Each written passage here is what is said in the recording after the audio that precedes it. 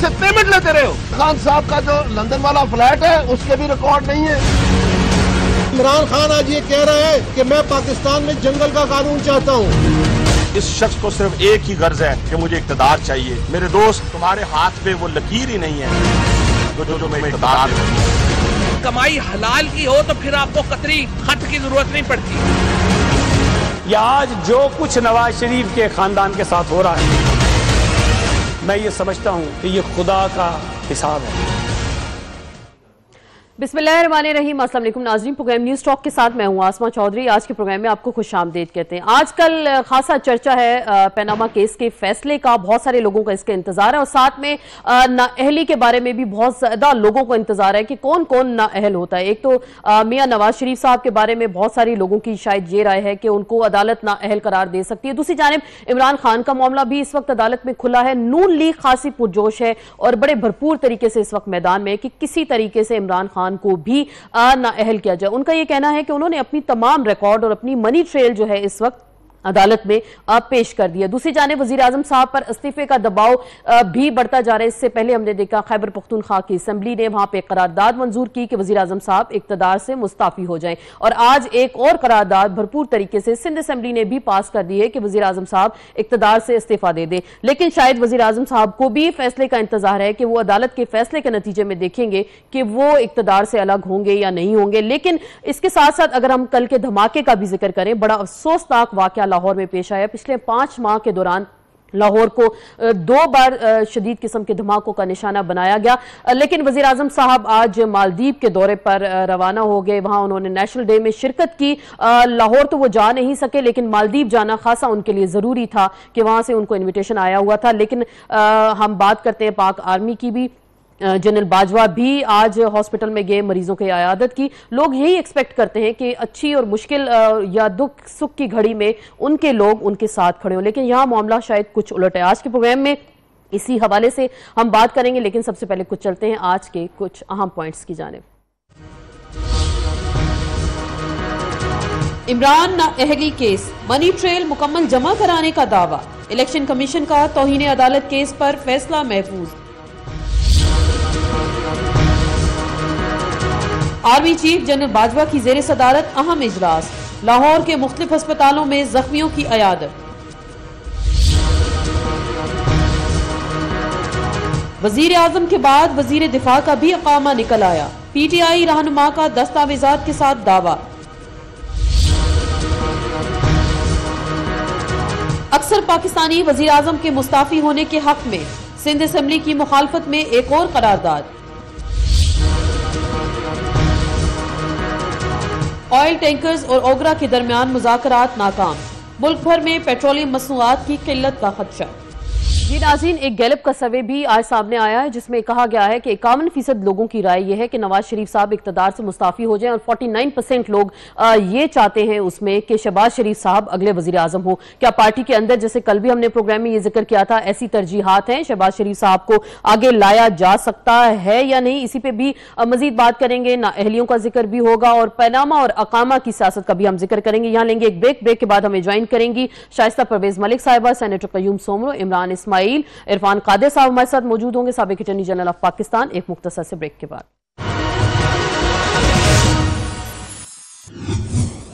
जी नाज़रीन, ब्रेक के बाद आपको खुशामदीद कहेंगे। बात होगी नाअहली के हवाले से और क्या सुप्रीम कोर्ट में इस वक्त 2 बड़ी नाअहलियां होने जा रही हैं इमरान खान के हवाले से, और क्या नवाज शरीफ साहब भी नाअहल होंगे, और गैलप के सर्वे का भी हमने जिक्र किया। साथ में सिंध असेंबली की जो करारदाद भी सामने आई है कि नवाज शरीफ साहब स्टेप डाउन हो जाए। इसी पर मजीद बात करेंगे। अपने मौजूद मेहमानों को वेलकम कहते हैं। इस्लामाबाद में हमारे साथ तशरीफ रखते हैं जनाब सेनेटर कयूम सोमरो साहब, सीनियर रहनुमाए पाकिस्तान पीपल्स पार्टी से। शाइस्ता परवेज मलिक साहिबा हमारे साथ तशरीफ रखती है, सीनियर रहनुमाए रुकन कौमी असम्बली है पाकिस्तान मुस्लिम लीग नून से। इमरान इस्माइल साहब पाकिस्तान तहरीक इंसाफ के सीनियर रहनुमा कराची से हमें ज्वाइन करेंगे। इरफान कादिर साहब हमारे साथ मौजूद होंगे लाहौर से, साबिक अटॉर्नी जनरल ऑफ पाकिस्तान। आपको सर वेलकम कहते हैं आज के शो में। इरफान कादिर साहब से जरा कानूनी और आईनी राय ले लेते हैं। पहले इरफान कादिर साहब, सर आपको क्या लग रहा है? बड़ी डिबेट हो रही है, लोगों को बड़ा पनामा फैसले का इंतजार है, ऑपोजिशन तो इस इंतजार में है कि 1 हफ्ते के अंदर अंदर ये फैसला आएगा, वजीर आजम साहब घर चले जाएंगे। आपको क्या लग रहा है, क्या पॉसिबिलिटीज हैं इस वक्त? मैं आपसे ये पूछता हूं कि किसी भी पार्लियामेंटेरियन को डिस्क्वालीफाई करना आर्टिकल 184(3) में उसका जो इम्पैक्ट है वो क्या होगा कि वो पार्लियामेंटेरियन या प्राइम मिनिस्टर वो डिस्क्वालीफाई हो जाएंगे, उनको कोई राइट ऑफ अपील नहीं होगा, उनको कोई right of leave to appeal नहीं होगा, उनको राइट ऑफ रिव्यू नहीं होगा, वो कोई भी क्लेमेंसी पिटीशन नहीं फाइल कर सकते सदर पाकिस्तान के आगे या किसी और के आगे या स्पीकर साहब के आगे, कोई राइट नहीं है उनको। जबकि एक दहशतगर्द जो है पाकिस्तान में, अगर वो दहशत गर्दी के इल्जाम में पकड़ा जाए तो उसका ट्रायल भी होता है, उसकी सजा उसको अपील का राइट भी होता है, उसको लीव टू अपील का राइट भी होता है, उसको सुप्रीम कोर्ट में रिव्यू का भी राइट होता है कि रिव्यू मूव कर सके, और वो सदर पाकिस्तान को क्लेमेंसी भी मूव कर सकता है, क्लेमेंसी पिटीशन। सही। तो ये जो मफाद आमा में जो जूरिसडिक्शन सुप्रीम कोर्ट 184(3) में एक्सरसाइज कर रहा है, तो इस मफाद आमा की जूरिसडिक्शन जो इन्होंने केस लॉ ले किया है, उसके तहत आज के पाकिस्तान में एक दहशतगर्द, एक कातिल, एक डकैत, उसको ज्यादा तहफ़्फ़ुज़ हासिल है सुप्रीम कोर्ट के प्रेसिडेंट्स के मुताबिक बनिस्बत के एक सरकारी अफसर के, एक पार्लियामेंटेरियन के। अभी पुलिस के बहुत सारे लोगों को सिंध पुलिस में निकाल दिया गया और कितने लोगों ने, मैंने सुना है, खुदकुशियां की हैं, वो पार्टी भी नहीं थे केस में और उनको निकाल दिया गया। तो इस तरह का बेदरेग इस्तेमाल जो पाकिस्तान के सुप्रीम कोर्ट ने अभी किया है चौधरी साहब के बहाली के बाद, उसकी मिसाल नहीं मिलती। पीपल्स पार्टी आज तक उनके पार्लियामेंटेरियंस दिल से ये नहीं मानते। कयूम सुमरो साहब आपके साथ बैठे हैं, वो बताएंगे कि गिलानी साहब को जिस तरीके से निकाला गया था वो कभी नहीं माना उन्होंने, और वो सब कहते हैं कि वो गैर आईनी फैसला था, गैर कानूनी था। तो आपको सर वैसे पॉसिबिलिटीज क्या लग रही हैं? आप सर हमें बिल्कुल बड़ी जबरदस्त डिटेल बता रहे हैं, पॉसिबिलिटीज आपको क्या लग रही है कोर्ट की जानिब से? जो हमने बड़े दलाइल भी सुने, सिसिलियन माफिया भी कहा गया, गॉडफादर भी फैसले में लिख दिया गया, तो आपको अब क्या लग रहा है? क्योंकि बड़ा अपोजिशन का भरपूर तरीके से इस वक्त रोल है कि 62, 63 लगाया जाए, वजीर आजम साहब सादिक और अमीन नहीं रहे। आप देखिए कि सुप्रीम कोर्ट खुद कैच 22 सिचुएशन में आ चुकी है। अगर सुप्रीम कोर्ट चौधरी कोर्ट के प्रेसिडेंट्स को फॉलो करती है, ठीक है, तो फिर उसके फैसले जो है वो आइन से मुतसादम हो जाएंगे, क्योंकि आइन में वजीर आजम को डिसक्वालीफाई करने का इख्तियार सुप्रीम कोर्ट को नहीं है। और अगर वो वजीर आजम को डिसक्वालीफाई नहीं करते तो फिर ये फैसला जो है उसके अपने प्रेसिडेंट्स के साथ तसादम में आ जाएगा।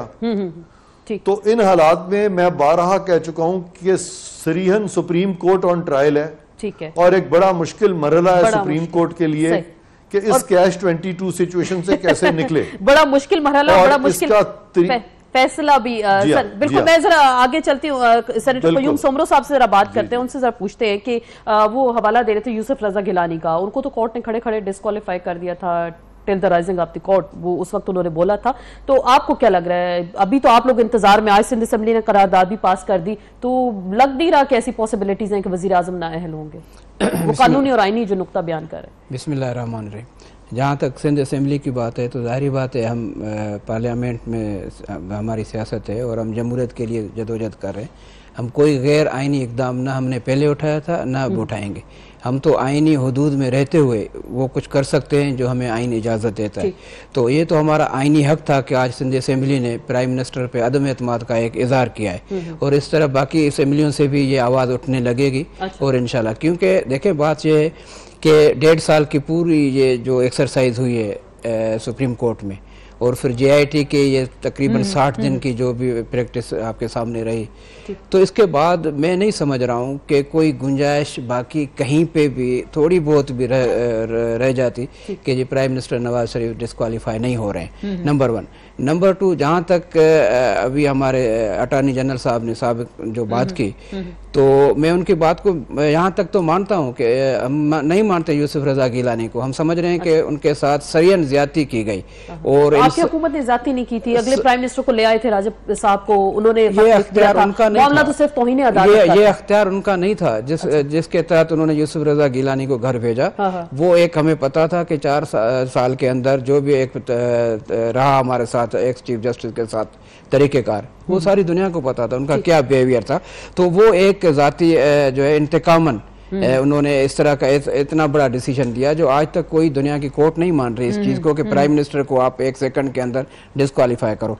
लेकिन यहाँ पे केस मुख्तलिफ इसलिए कि यहाँ पे केस ऑलमोस्ट साबित हो चुका है। 2 हमारे मोअज़्ज़िज़ मोहतरम जजेस ने ये कहा है कि प्राइम मिनिस्टर जो है आर्टिकल 62 और 63 के तहत अमीन और सादिक नहीं रहे। आप मुझे बता दें आसमा, प्राइम मिनिस्टर जब हलफ लेता है तो प्राइम मिनिस्टर के ऊपर जिम्मेदारी बढ़ जाती है। उसको झूठ बोलना, अब एक प्राइम मिनिस्टर से झूठ की तवक्कात रखना पूरी दुनिया के अंदर, अच्छा हम मिसालें देते हैं जमहूरी हुकूमत की, लेकिन इस्लाम के अंदर अगर हम जाएं तो इस्लामी रूह के हवाले से अगर देखा जाए कि प्राइम मिनिस्टर क्या किसी को भी झूठ बोलने की इजाजत नहीं है। प्राइम मिनिस्टर तो बड़ी जिम्मेदारी पे आ जाता है। तो इसलिए ये अप्लाई होगा, ये अप्लाई होगा, सारे ही घर जाएंगे, ये अप्लाई होगा, ये आप कह रहे हैं अप्लाई होगा। मैं सिर्फ प्राइम मिनिस्टर साहब को घर जाना पड़ेगा, वरना क्या होगा? वरना मैं यही कह रहा हूं कि लोग ये कहेंगे कि पीपल्स पार्टी के साथ इंसाफ और होगा और पीएमएल के जो बड़े लोग हैं, जानदार लोग हैं, ताकतवर लोग हैं, उनके साथ इंसाफ जो है किसी और तकाजा, उनके अपने तहफ्फुज़ात हैं। जाहिर बात है वो कंपैरिजन करें कि उनके प्राइम मिनिस्टर के साथ क्या हुआ और अब ये सिटिंग प्राइम मिनिस्टर के साथ क्या होगा। तो जाएंगे नवाज शरीफ साहब घर या बिस्मिल्लाहिर्रहमानिर्रहीम? देखिए, नहीं, चलता रहने की बात नहीं है। जो कोर्ट की रिक्वायरमेंट थी, जो कोर्ट ने पूछा, बल्कि आप अब देख रही हैं कि कुछ सालों का हिसाब नहीं दिया जा रहा, हमने तो 3 जनरेशंस का हिसाब दिया है। जो कोर्ट ने मांगा वो दिया गया है और कोर्ट की ही ये जजमेंट है एक जज साहब की कि नवाज शरीफ पे कोई ऐसी एलिगेशन बदउनवानी की या मिस यूज ऑफ पावर की या उस तरह की कोई नहीं मिल सकी।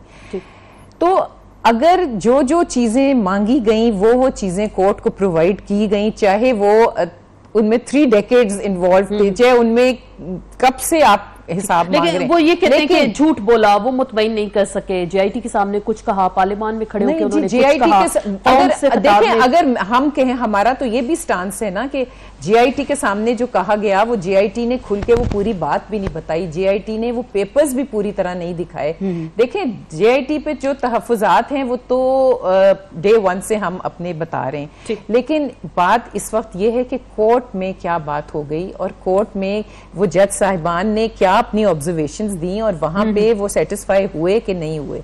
तो वो तो अब देखें, उस पे मैं कयास राइयां करूं या तो ये जो इनकी विशेज हैं, विशेष पे तो फैसले नहीं। लेकिन अगर 2 असेंबलीज अगर करारदादे दे देती हैं कि प्राइम मिनिस्टर साहब उससे हट जाएं अपने ओहदे से, तो आप क्या समझती हैं कि इखलाकी तौर पे क्या? देखिए, इखलाकी तौर की तो यहाँ बात ही नहीं है। यूं तो इखलाकी तौर पे अब जिस तरह मेरी बात सुने, देखिए मेरी एक बात सुने, मैं नहीं बिल्कुल बोली थी, इखलाक की बात ही यहाँ पे नहीं है। बात यह है कि अब तो ये एक तरीका कार बन गया है कि आपने देखा कि हर सूबे में एक फर्क लोगों की हुकूमत है। ये पीपल्स पार्टी सिंध में मौजूद है, वो केपी में है, और वहां तो इस तरह तो हम कह दें कि पंजाब और बलूचिस्तान के से आ गई है हमें कि वहां नहीं होनी है, इस पे नहीं जाते। देखें Asma, you have to see legalities. अगर आप एक चीज मांग रहे हैं और वो हम प्रोवाइड कर रहे हैं तो फिर आपका काम है कि जस्टिस शुड बी सीन। ठीक, आपके लिए इंसाफ होता हुआ दिखाई देना चाहिए। इमरान इस्माइल कादिर साहब ने इतनी अच्छी बातें की हैं, उसकी नजर से वो देखेंगे तो ये आप ऐसे वकील क्यों नहीं रख लेते? इतनी जबरदस्त दलाइल उन्होंने दिए, तो आपकी हमारे भी माशाल्लाह जजेस, हमारे भी जो लॉयर्स हैं वो माशाल्लाह लीगल टीम इतनी वीक थी कि घुमाती रही अदालत को, फंसाती रही बहुत सारे मामलात में। ठीक,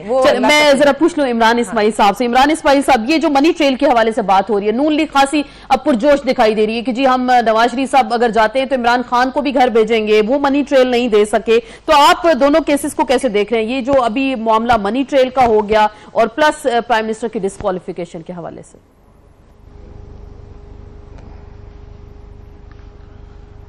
शुक्रिया आसमा। देखिए, इमरान खान का केस नवाज शरीफ के केस से बिल्कुल मुख्तलिफ है। इमरान खान साहब ने कभी गवर्नमेंट के हिस्सा नहीं रहे, कभी गवर्नमेंट नेशनल एक्सचेकर पे उनका हाथ नहीं लगा, he did not touch the national money किसी सूरत भी। नवाज शरीफ साहब नेशनल गवर्नमेंट के ऊपर रहे और उसके बाद उन्होंने नेशनल एक्सचेकर से पैसे खा के अपनी जायदादें बनाई, जबकि इमरान खान साहब ने सिर्फ एक काम किया, क्रिकेट खेला और उसके सारे प्रूफ्स दे दिया। अभी कह रहे हैं जी फोटो कॉपी ओरिजिनल लाएं तो ले आए ओरिजिनल वहां से। हम तो कोई इन्वेस्टिगेटिव एजेंसी तो हम नहीं है, हमने तो अपना हिसाब पूरा दे दिया। वो बिल्कुल 2 फर्क चीजें हैं। ये इसको मिक्स करने की और ये कोशिश ये है पीएमएलएन की कि वो दिखाएं कि ये दोनों एक ही तस्वीर के 2 रुख हैं, इमरान खान और नवाज शरीफ, जबकि ऐसा बिल्कुल नहीं। नवाज शरीफ जो है वो एक करप्शन की जीती जागता जिंदा मिसाल है। और इमरान खान एक फर्क चीज है जो जिसने सारी जिंदगी अस्पताल बनाने में, इंस्टीट्यूशन बनाने में बगैर हुकूमत में आए उसके ऊपर लगाए, वो एक दो बिल्कुल डिफरेंट चीजें हैं। अब यहाँ पे बात यह है कि इनसे सिर्फ ये मांगा गया था कि आप अपने मनी ट्रेल दे दीजिए, पैसा यहाँ से वहां कैसे गया, वहां से जद्दा कैसे गया, जद्दा से फिर लंदन अपार्टमेंट कैसे आए, तो उसके लिए इन्होंने सिर्फ एक चीज दी, वो कतरी खत। And that is so funny कि मुझे हैरत होती है कि आज भी अगर कोई लोग बैठ के उसको डिफेंड करते हैं कतरी खत को, तो आसमा ऐसा है कि कल से जो आपका टैक्स रिटर्न होगा, जो मेरा होगा या किसी आम पाकिस्तानी का टैक्स रिटर्न होगा, हम अपने किसी रिश्तेदार का खत लगा देंगे साथ कि जी मेरा ब्रुनोई में जो है मेरी फुप्पी का लड़का रहता है और ये सारी चीजें, मेरी मर्सिडीज, मेरा बंगला, मेरे बच्चों की स्कूल फीस सब वो देता है, गिफ्ट करता है मुझे, और मेरे पास का पैसा लगा हुआ है खत्म बात। मुझे सोचो कोई नहीं पूछेगा आज के बाद। इसका मतलब है कि पाकिस्तान में हम करप्शन को लाइसेंस देने जा रहे हैं, और ये बात बिल्कुल गलत है कि सिलेक्टिव जजमेंट जो है, सिलेक्टिव जस्टिस जो है, वो किसी सूरत एक्सेप्टेबल नहीं है। बिल फर्ज अगर नाअहल नहीं होते, चले वो कह रही है ना अभी कि विशेष पे फैसला नहीं होना चाहिए, बिल फर्ज अगर वजीर आजम साहब नाअहल नहीं होते फिर ऑपोजिशन क्या करेगी? ये ऑप्शन तो मौजूद है, फिर क्या करेंगे आप लोग?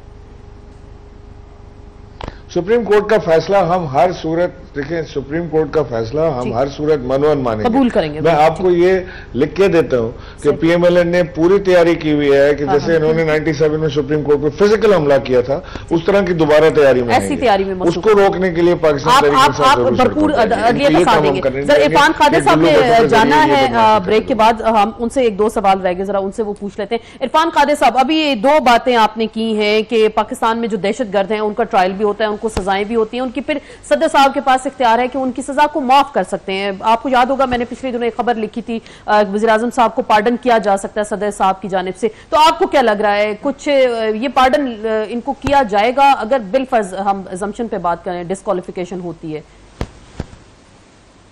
देखिए, डिस्क्वालिफिकेशन का जो मामला है उसका पार्डन से कोई ताल्लुक नहीं है। अच्छा, पार्डन दिया जाता है क्रिमिनल मैटर्स में, क्रिमिनल केसेस में। डिस्क्वालिफिकेशन का फोरम अलग है, वो forum speaker of the national assembly reference भेजते हैं उनको, इलेक्शन कमीशन ऑफ पाकिस्तान को रेफरेंस भेजते हैं, उसमें कोर्ट्स का कोई अमल दखल नहीं है। कोर्ट्स जो है वो आर्टिकल 190 के तहत पाकिस्तान के तमाम एग्जीक्यूटिव और जुडिशियल अथॉरिटी पाबंद है सुप्रीम कोर्ट के ऑर्डर्स को फॉलो करने की, लेकिन उस एग्जीक्यूटिव और जुडिशियल अथॉरिटी में स्पीकर साहब नहीं आते, लिहाजा ये रजीम बिल्कुल अलग है डिस्क्वालिफिकेशन की। लेकिन इफ्तिखार चौधरी साहब ने आर्टिकल 187 के तहत ये जुरिस्डिक्शन अज्यूम की, जो कि बिल्कुल गलत है और खिलाफ आईन है, क्योंकि आर्टिकल 187 बहुत सारों को नहीं पता कि आर्टिकल 187 से पहले और आर्टिकल 187 ताबे है क्लॉज 2 ऑफ आर्टिकल 175 के। क्लॉज 2 ऑफ आर्टिकल 175 कहता है पाकिस्तान की किसी अदालत को बशमूल सुप्रीम कोर्ट के कोई ऐसा इख्तियार नहीं होगा जो कि उसको आइन और कानून नहीं देता। अब आप मुझे बता दें कि कौन सी शेख आइन की जो सुप्रीम कोर्ट को डिस्क्वालीफाई करने का इख्तियार देती है, कौन सी शेख किसी कानून की जो सुप्रीम कोर्ट को डिस्क्वालीफाई करने का इख्तियार देती है। और अगर आपने इस तरीके से सुप्रीम कोर्ट को इख्तियारात देने शुरू किए तो फिर सदर के इख्तियार भी वही इस्तेमाल करेंगे, वजीर आजम के भी वही इस्तेमाल करेंगे, आर्मी चीफ के भी वही इस्तेमाल करेंगे। तो आपको लग रहा है फिर मामला मजीद बिगड़ सकता है, वो खुद बना लेंगे तमाम इख्तियारात सुप्रीम कोर्ट। तो ये फिर इसका मतलब ये जो नून लीग बातें कर रही है सर, ये जो राना सनाउल्लाह कह रहे हैं, एहसन इकबाल भी पहले कह चुके कि 58(2)B का इस्तेमाल कोर्ट कर रही है 62 और 63 की सूरत में, तो आप क्या कह रहे हैं कि फिर ये बातें ये जो नून लीग कर रही है ये ठीक है? ये सारी देखें 58(2)B वाली बात जो है, 58(2)B तो आज है ही नहीं। कॉन्स्टिट्यूशनल एक्सपर्ट्स का ये कहना था कि 58(2)B एक सेफ्टी वेल्व था, वो सेफ्टी वेल्व तो अब खत्म हो गया, वो तो है ही नहीं। अब तो जफर अली शाह केस रेलेवेंट हो जाता है, क्योंकि जफर अली शाह के टाइम पे भी 58(2)B नहीं था, और चूंकि 58(2)B नहीं था इसलिए सुप्रीम कोर्ट ने जफर अली शाह केस में कहा था कि जब मुल्क में क्योस पैदा हो जाए तो फिर हमारी जो अफवाज है उस पर लाजिम है कि मुल्क को जमहूरियत की राह पर गामजन करे और आइन की राह पर गामजन करे।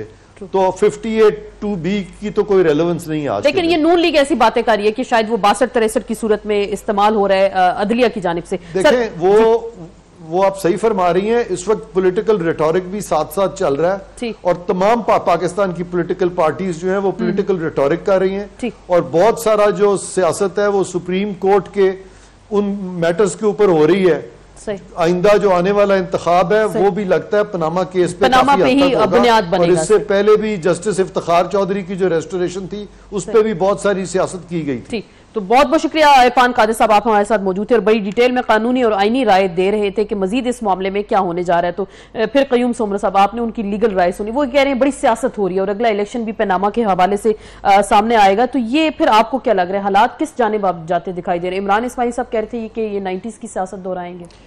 देखें, बात यह है कि 90s के दौर की बात नहीं हो रही, बात जो इस वक्त ग्राउंड रियलिटीज़ है उस पर बात हो रही है कि इस वक्त सूरत हाल 90s से मुख्तलिफ है। 90s में भी आप और हम इस आई विटनेस हैं इस बात की कि 2-2 साल के बाद सबको घर भेजा जाता था। पीपल्स पार्टी को 2 मरतबा घर भेजा गया, फिर PMLN को 2 मरतबा घर भेजा गया, फिर उसके बाद हमने मिसा की जमहूरियत भी किया। और ये भी एक अपना डॉक्यूमेंट है कीमती पाकिस्तान की तारीख के हवाले से कि हमने कहा कि आप एक दूसरे के खिलाफ इस तरह इस्तेमाल न हो कि आप एक जमहूरी सिस्टम को और जमहूरियत को कमजोर करें। हम तो चाहते हैं कि पार्लियामेंट को बालादस्त रखें, हम तो चाहते हैं पार्लियामेंट की सुपरमेसी हो, इदारा मजबूत हो, जमहूरी सिस्टम तो चले। आप ये चाह रहे हैं कि इदारे उस वक्त मजबूत हो सकते हैं जब वज़ीर-ए-आज़म साहब इस्तीफा देंगे। ये जो आप लास्ट टाइम आपने देखा कि 2014 में पाकिस्तान पीपल्स पार्टी ने PMLN का भरपूर साथ दिया इस बुनियाद पे कि हम नहीं चाहते थे कि गैर जमहूरी तरीके से, गैर आईनी तरीके से कोई भी अगर कल उठ जाए और कहे कि जी मैं गवर्नमेंट को नहीं मानता हूँ, धरना दे रहा हूँ, तो हमने वो गैर आईनी गैर जमहूरी मुतालबों को मुस्तरद करते हुए पार्लियामेंट को मजबूत किया और पार्लियामेंट के ज्वाइंट सेक्शन बुला करके हमने एक अपनी ताकत अब जमहूरियत का नहीं है, अब ये करप्शन का मामला है। अच्छा। कि अगर एक करप्ट वजीर आजम को हम कैसे अफोर्ड कर सकते हैं जिनकी करप्शन जो है अब वो 30 साल से मुहित है इस अरसे के दौरान के 30 साल से वो एक मुल्क को लूट रहे हैं, लेकिन वो ये दोनों हाथों से लूट रहे हैं।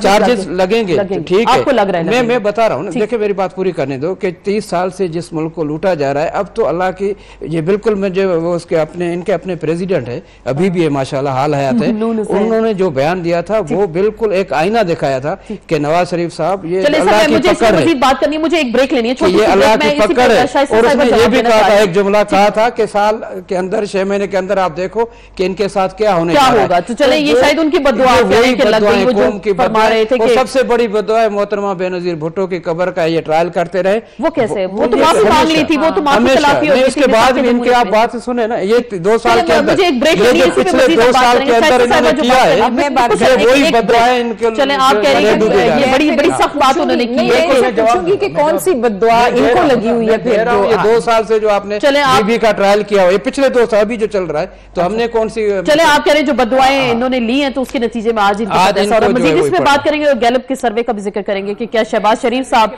अगले वजीर आजम हो सकते हैं। बात होगी मुख्तसर से ब्रेक के बाद।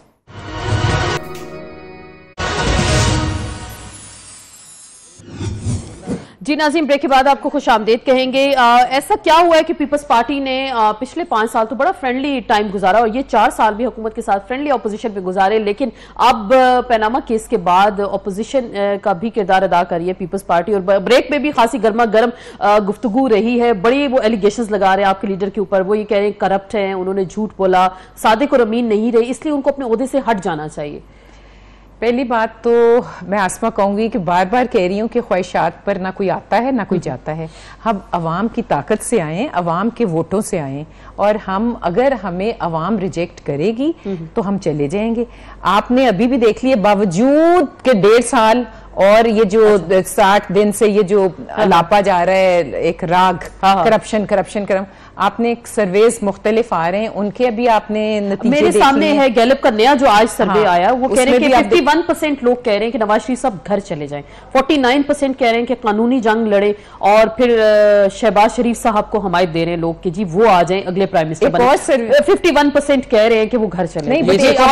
ये 61 था, नहीं जी एक और मैं 51 कर दिया, 61। मैं मुझे सर्वे का I was trying to recall the survey, मेरे माइंड में नहीं आ रहा है। एक और जो स्टडी हुई है उसमें कि नवाज शरीफ ने 3% गेन किया है जब से ये सारा किस्सा चल रहा है, क्योंकि देखिए उसमें कमी हुई थी 3% आपकी कमी हुई थी मकबूलियत में, उसमें वी गेन दैट अगेन। अच्छा, वी गेन दैट अगेन। उसकी क्या वजह है? उसकी वजह है कि लोगों को जैसे जैसे केस खुल रहा है और जितना लंबा हो रहा है उसमें लोगों को खुल के बात सामने आ रही है लोगों को। हाँ, ट्रस्ट है, बिल्कुल है। और मुझे लाहौर में आए, मैं एज ए वर्कर मैं आपको बता रही हूँ कि लोगों का ट्रस्ट कायम है और लोग चाहते हैं कि ये दूध का दूध और पानी का पानी हो और एक दफा जो ये रोज रोज करप्शन का नारा है ना, ये खत्म हो। मेरी यहाँ एक आसमा एक दरखास्त है कि मेरे भाई इधर भी बैठे हुए और इस्माइल साहब भी उधर, बहुत शोर है कि जी करप्शन है।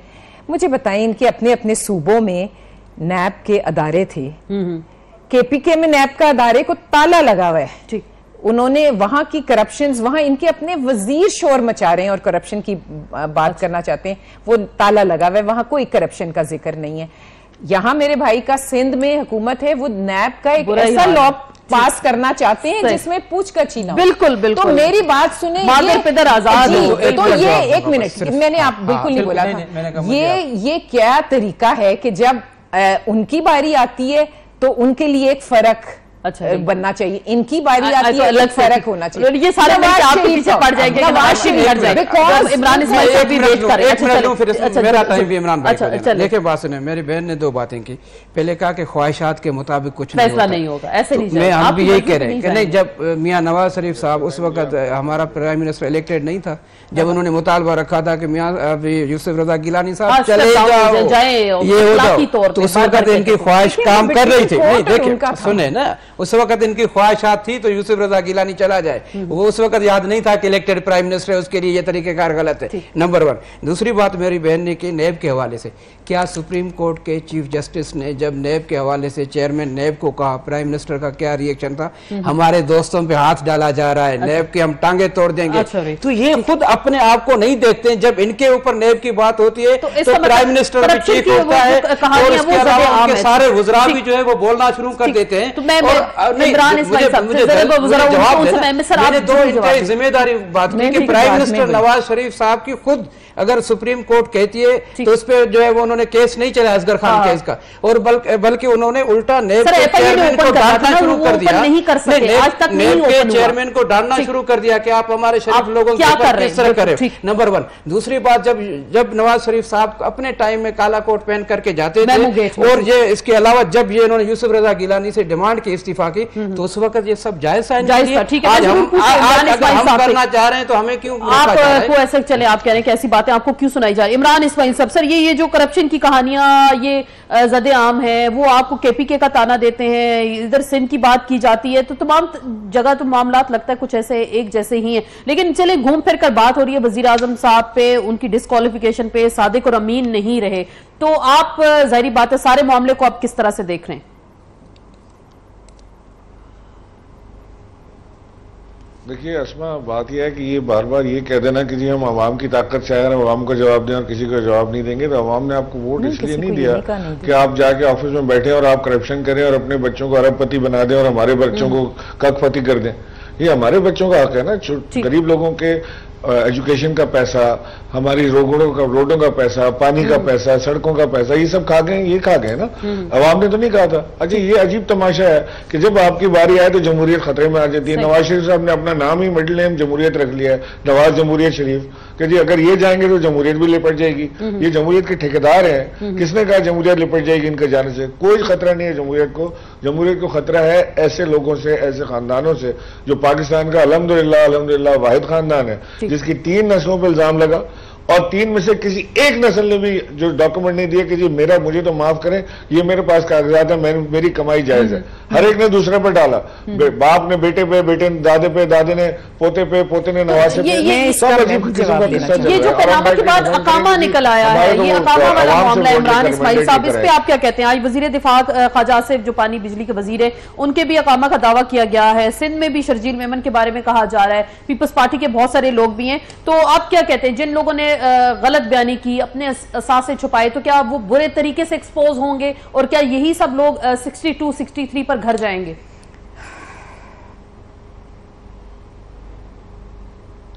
होना तो चाहिए पूरा। मैं समझता हूँ सिर्फ नेशनल असेंबली नहीं, प्रोविंशियल असेंबली भी और सेनेट भी, और अगर हम इसके आगे भी निकल जाएं, मेरा ख्याल है कि बहुत सारे ब्यूरोक्रेट्स, कई फौजी, कई आला अदालतों में फाइज जजेस, या हो सकता है कि और बहुत सारे लोगों के भी हो, अगर इसको हम चेक करने जाएंगे तो बहुत लंबी फहरिस्त होगी। और ये लोगों ने नॉर्मली लगवाए होते हैं दुबई इमीडिएटली विजिट करने के लिए, कि अगर फॉरन दुबई जाना पड़ जाए अब वो तो वो अकामा की बात अलग है, लेकिन उससे जो आपकी वो आमदन है जिसको आपने छुपाया है, जिससे आप तनख्वाह दरम में लेते हैं, वो छुपाई गई है। क्योंकि यहाँ वज़ीर आज़म साहब का भी यही मामला है कि उन्होंने जो तनख्वाह ली 10,000 तो वो छुपाई है, वो अपने असासों में उन्होंने शो नहीं की।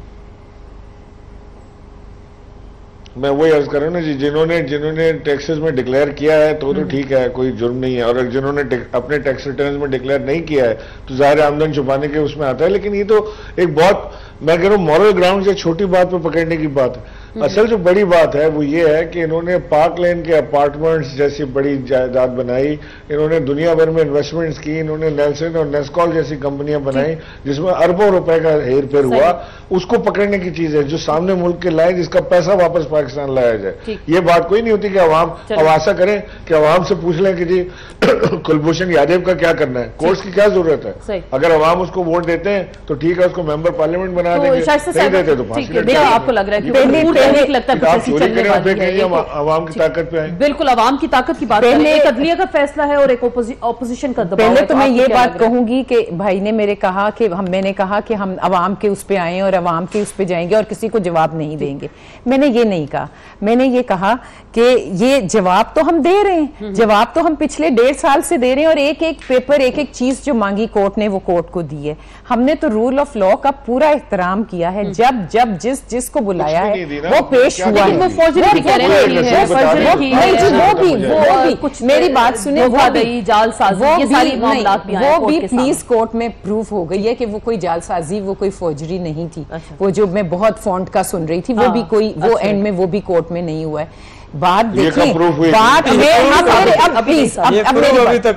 अब मेरी एक बात सुन, नहीं वो हो गया है, मेरी एक बात सुने। जो ये कह रहे हैं ना बाप ने बेटे बेटे, अब मुझे यहाँ एक बात, मेरा भी अपने भाई से एक सवाल है, मैं भी इनसे पूछना चाहती हूँ कि इन्होंने पहले कहा कि बनी गाला की जमीन है, उसको फ्लैट बेचा तो वो यहाँ आई, और फ्लैट बेचा तो फिर उसकी जमीन से उधर आए, और फिर वो उसने दिया, फिर वो उससे राशिद साहब, अब वो राशिद साहब आ गए बीच में कि राशिद साहब ने दी, फिर कहा नहीं जमाइमा ने दी। एक तो इनकी माशाल्लाह बहुत अच्छी ये ताल्लुकात हैं कि डाइवोर्सेस भी हो जाती हैं, फिर भी पैसे आते रहते हैं, वो पैसे देती रहती हैं, ये बहुत अच्छे ताल्लुकात है। मेरे भाई हंस रहे हैं, तो मतलब ये तो कमाल चीज है कि डाइवोर्स के बाद भी एक खातून मुसलसल पैसे दे रही हैं। अच्छा, उन्होंने कहा जी वो पैसे, उससे पहले राशिद साहब ने कहा कि वो पैसे एक मिनट प्लीज भाई मेरे, एक मिनट, इनकी मनी ट्रेल भी स्टैब्लिश नहीं हो रही। तो आपको लग रहा है ये सब घर जाएंगे तो इमरान खान भी घर जाएंगे? देखिए मेरा नहीं ख्याल घर जाने की बात अभी हो रही है, क्योंकि ये वही वाली बात है कि कोर्ट ने ये फैसला नहीं, ये अभी अगर ऐसी बात है तो ये ट्रायल का हक, ट्रायल कोर्ट में जाएगा मामला। आपको लग रहा है इसमें एक जुमला राइट है, ट्रायल कोर्ट में जा सकता है। मैं इसमें एक जुमला कह दूं, और ये ऑन रिकॉर्ड कह रहा हूँ जरूर, कि अंजाम दोनों का एक जैसे होने जा रहा है। अच्छा, दोनों की डिस्क्वालिफिकेशन, दोनों की मतलब ये फरिश्ते, दोनों का हमें हाँ, अगर हम फरिश्ते न होते तो 20 साल से हमारा एहतसाब हो रहा है। एहतसाब अगर पाकिस्तान में ट्रू सेंस में हुआ है तो सिर्फ पीपल्स पार्टी का हुआ है, आज तक किसी का नहीं। ये सारे जो है हलवे की प्लेट पे आकर बैठ गए जितने भी लोग हैं। एहतसाब भुट्टो साहब से हुआ, एहतसाब मोहतरमा से हुआ, एहतसाब तो हमारा हुआ, ठीक है। और यहाँ तक भी हमारा एहतसाब हुआ कि जजेस को खरीदा गया, जजेस के टेलीफोन रिकॉर्ड भी सामने आ गए। ये तो सारी दुनिया को पता है ना, इससे बड़ी और क्या ये जुटा सकेंगे। लेकिन इन्होंने भी तो आपसे दोस्ती रखी ना, $60 मिलियन आपको वापस नहीं लाए, बड़े नारे लगाते थे, बड़ी बात कैसे $60 मिलियन जब आप और वहाँ इंडेक्ट हुए जी, वहाँ की कोर्ट, ये तो मेरा जवाब है। जब जजों को आप प्रेशराइज करो, टेलीफोन कॉलिंग करो कि आसिफ जरदारी साहब को, मोहतरमा बेनजीर भुट्टो को किसी भी हवाले से सजा देनी है, और उसकी टेप रिकॉर्ड सामने आ जाए, पूरी दुनिया में पता चले, 2 जज जो है उसकी पादाश में नहीं, 2 जज घर जाएं, लेकिन जिसने फोन किया उसके खिलाफ आज तक एक्शन नहीं हुआ। आप कर सकते थे सर, आप इमरान इस्माइल साहब आखिरी बात, किसी का मुझे बता दो ना, किसी का एक बकरी का बच्चा भी, किसी के बच्चे नहीं, मुझे बता दो किसी के एक बच्चे, इमरान इस्माइल साहब नवाज शरीफ